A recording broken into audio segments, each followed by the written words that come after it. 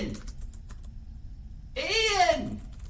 Turn on the TV! Derp, work. Ian, Tropical Talk Radio is on! Mom, working. I know how much you love that podcast. Turn it on, Ian! Ma, alright. Yeah, buddy, you've downloaded Tropical Talk Radio, where we talk about all things entrepreneurship, travel, and lifestyle. If you're interested in more about this program, check out tropicalmba.com. And if you sign up for our mailing list, I will personally send you 50 free podcast episodes that take you along on our journey and expose the insider story on how we started a $1 million honest-to-goodness product business while we traveled the globe. Are you calling me a jerk just before I turn on this microphone? That's right. What gives, man? Do tell. Well, here's the deal. I think what we're going to talk about today, or part of what we're going to talk about, is people that want to start personal development blogs. Or follow me on my entrepreneurial journey blogs. Right. Everybody wants to do this. This is like entry-level entrepreneur crap. Everybody. Okay. I can understand it, too. So I don't want to be a jerk about it. I understand why people want to write a personal blog that like shows what they're learning. I did it too. I didn't publish it, but I did it at the beginning, and I'm really glad I didn't publish it. Right. The number one question I get when I say to people don't do this is they say, what if I want to do this as just as a way to network with other people, and that if I don't care if it makes me any money? And I don't believe it's a straw man argument to sort of really detail out the ways in which why you shouldn't do this, because it's such a huge way that people want to spend their time, and I actually do think it hurts. I don't think it's just like a oh whoopsie, I instead of going swimming in the afternoon I wrote a blog post. Like, I do think that people start to make this conflation between their personal blog and what their eventual business will be. All right, so I come to you and I say I want to start a personal development blog. I want to chart the journey of entrepreneurship. And I say, look, I don't care if I want to make any money from it. Like, this is like a self-interest that I have. This is purely like an interest. This is like me painting in the afternoons. Okay.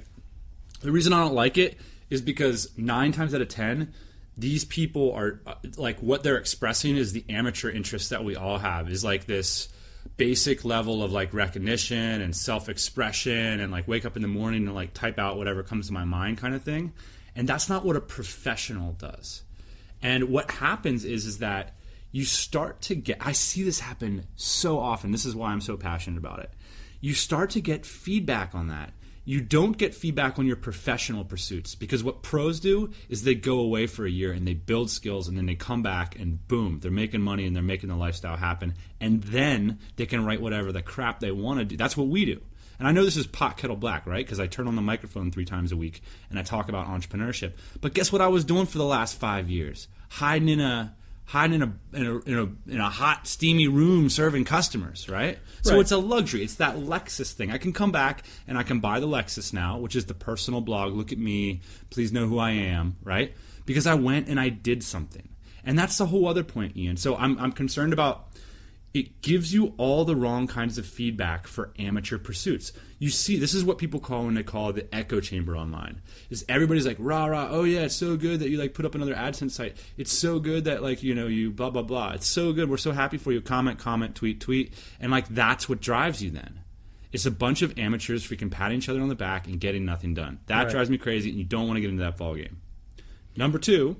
Well, first of all, I think the reason you don't want to get in the ball game, or the point that you're trying to make here, is that is going to hinder your ability to spend a lot of time on your business. Yes. Now, I think these people are still going to argue, hey man, look, I spend 12 hours a day on my business. I just want to spend 30 minutes a day on this rah blog. Doesn't work like that, because blog posts take longer than 30 minutes to write. This is a weird thing that I found out after having become a blogger. And here's another thing that's even crazier about blogging, is that it takes the wrong kind of energy. It takes the sweet glucose, man, to write a blog post. And that's creative energy that you could be dumping into. I'm talking entrepreneurs here. Look, if you want to wake up in the morning and you want to write a blog post and like and whatever, like, that's fine. But if you succumb to that like easy out, like, yes, I just want to express myself and be accountable online and quote network with people, fine. That to me is not Eye of the Tiger. And I want to help train professionals, people who are delivering the bomb shiz. And anyway, ask yourself, as a professional entrepreneur, does the world need another personal accountability blog out there? I don't read any, so. Right. Well, you're not, are you going to pay? I mean, that's the whole thing. Right. You know, Steve Pavlina already exists, man. Just link to him. Start a blog under your domain and just link to Steve Pavlina. Right. He's done it all. Here's the other thing that I think this is really important that people don't quite understand. Networking, first off, if you just want to network with people, like join a Dynamite Circle or something. You don't need to freaking write a blog to network. But the other thing is that like the kind of network that you're gonna be doing as an amateur blogger is you're gonna have a broad range of superficial relationships. Yeah, like I remember a couple years ago we went to the San Diego blogger meetup. What a disaster that was! Do you remember that? I don't know. It was a disaster. So you go there and like everybody's got, their little, a lot of them are like personal development, self-interest blogs, and they show up and you have nothing in common with these people because they're just talking about their self-interest. So it's just like any other party. You go to the party, you talk to the girl, she's talking about herself, you're talking about yourself. I mean, there's no common ground. Like, yeah, we're all bloggers. Yeah, I signed up for a blogger account. Congratulations, right? Well, yeah, and that's my whole point and this is one point here. Networking is a multiplier.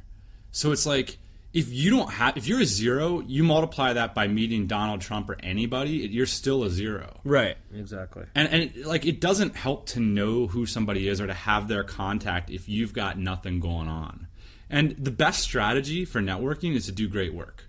Everybody wants to meet and network and help out and get to know the people who are doing great work. So my advice so far, actually, now that we're talking about this, is probably to start a blog or at least start a discussion or start sharing your opinions about your business.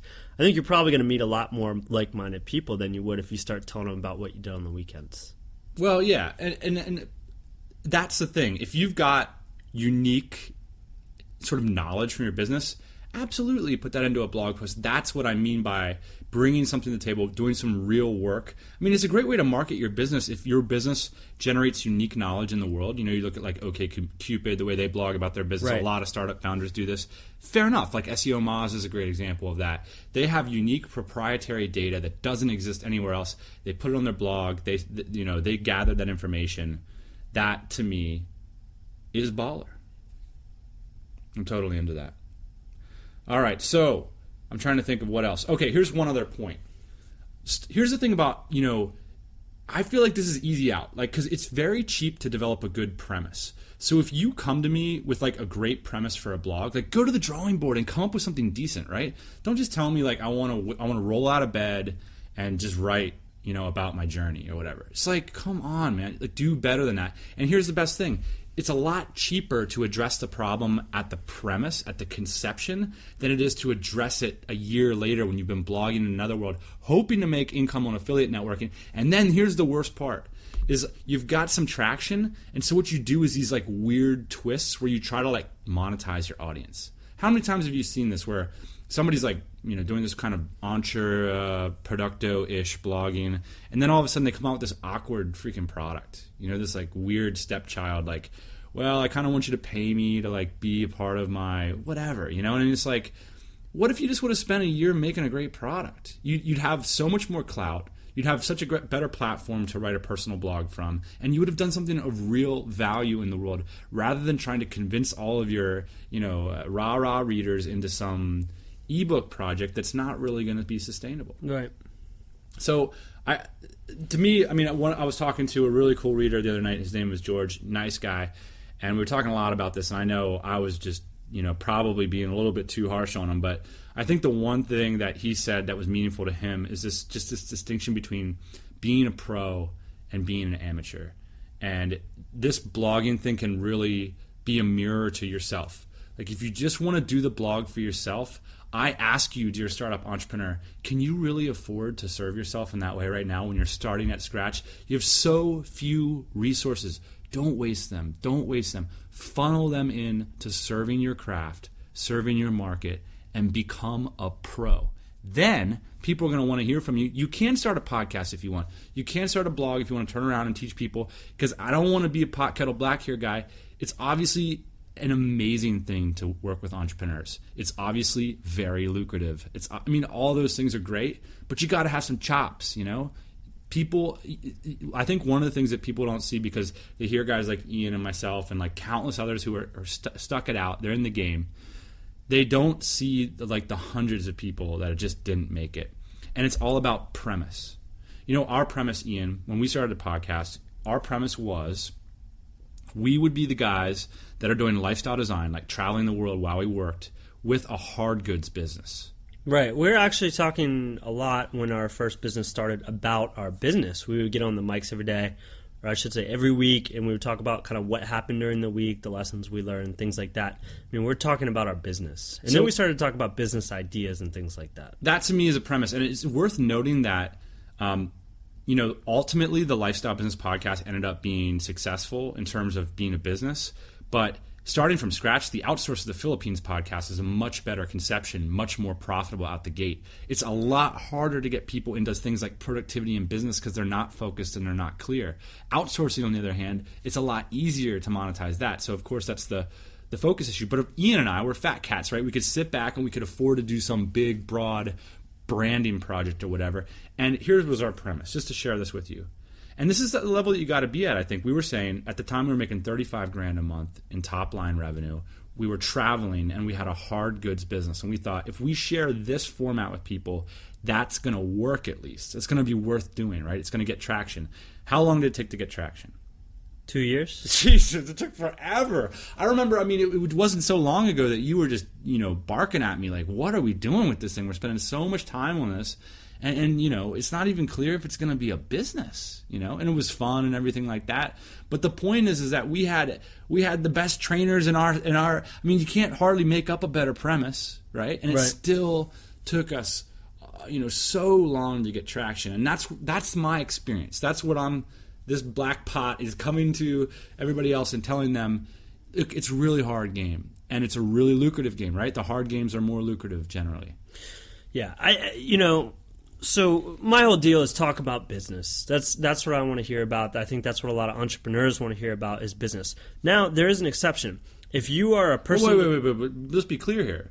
If you're just starting out, I don't want you to talk about business. No. Please spare me. First you do business, and then you talk about business. There we go. So, but here, this is my point here, right? If you want to talk about personal development, you should be some kind of... therapist, counselor, something like that for several years before you're talking about personal development, right? Like, why should I listen to you necessarily? Why should I listen to anybody? Well, but you got to paint me a pretty picture about why I should be listening. That's to it. That's the premise. You don't have to have some kind of degree. Maybe what you did was you did some insane, deeply focused experiment, like Tim Ferriss. Yeah, or there's this guy, they're writing a Disney movie about him. He his wife left him, he sold his house, and then he on eBay or whatever it was that Disney bought the rights to this guy's crazy life. He's been he's been leading this crazy life for 4 years. Yeah, I want to talk to this guy about personal development. How did you overcome some of those hurdles? I don't want to talk to you about personal development if you're sitting in your Los Angeles apartment and you just got out of college. I'm not interested. I think that's exactly it. So that what we're talking about premise. Go to people and say, look at my premise. Is this something that is... Compare yourself with Steve Pavlina. That's what's out there. And figure out whether or not you can differentiate yourself. This is the same reason that a lot of people have problems taking advice from financial planners that just got out of school last year. Some guy with $5 in his bank account's trying to tell me what to do with my $100,000 or my $1 million, right? I don't want to come across as a guy who says, if you're just getting out, you can do that kind of thing, but you have to have what we call a really strong anchor.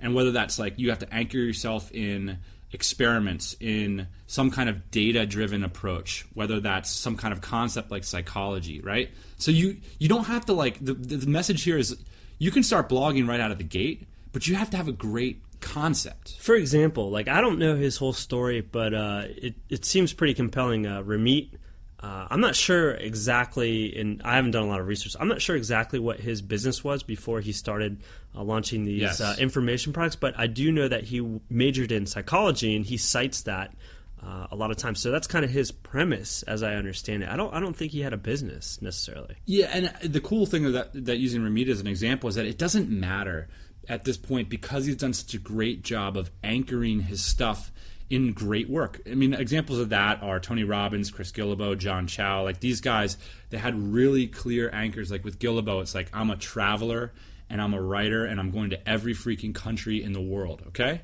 How's that for a premise? Do you think I should start a blog? Yeah, and on the other hand, right, you've got guys like on the other side of the spectrum, you've got guys like Gary Vee that worked in a wine store for 7 years building a business before he started, talking to people and getting speaking gigs. You got guys like Tony, right, that started Zappos, and then, I guess the world's kind of interested in how I started this $100 million company. Maybe I should talk about it. Yeah, Tony, I'm going to be interested in what you have to say. It's kind of interesting because it brings me back, like, when you hear Gary talk, like, some people say, oh, yeah, Gary, like, your dad gave you your business, whatever, but who cares? Because you want to hear from somebody who's had that kind of daily conditioning. Like, they've been in. Some people ask us, how do you guys come up with content? Like, how do you guys generate content and stuff? Jesus, man, what do you mean generate content? We just turn on the mic. We've been talking about this stuff for 5 years. I mean, this is just 5 extra minutes. It's not a big deal. And I think that maybe you take that as a message. Like, if you're doing the hard work, the content should just flow right out of you. In the case of Outsource to the Philippines, I was not an expert at that at all, but I went to the Philippines. You know what I mean? And I was immersed in that stuff every day. At that point, when you're doing outlandish or like the sort of outlier, you're running those online experiments, you're, this is doing something that's unique. This isn't just calling up the next, I love it, when new bloggers like write me and they want to interview me and stuff. And I just kind of think like, really? Like, this is your game plan, to do that? Well, it's not a great premise. Doesn't Andrew Warner do this? Right. And how long did Andrew Warner probably go before he could even monetize that? And could he even monetize that if he didn't have that track record of selling his business for 30 mil, doing it every single day because he didn't have a job for 2 years and all that kind of stuff? And then your premise is to be 3 or 4 years late behind Mixergy with less experience and less connections. That's the plan. Right. That's the podcast. Thank you for joining us on Tropical Talk Radio. We're in Bangkok. We got to do some traveling. Next week, we're going to do it from a tropical island. How about that? Oh, yeah. Hey everybody, thanks for listening. Don't be shy. We've got a mailing list. Check it out at tropicalmba.com. Get yourself signed up, and we'll keep you up to date on everything we do, plus give you those 50 free podcast episodes. If you want to say, hey, check me out on Twitter at tropicalmba. We'll see you soon.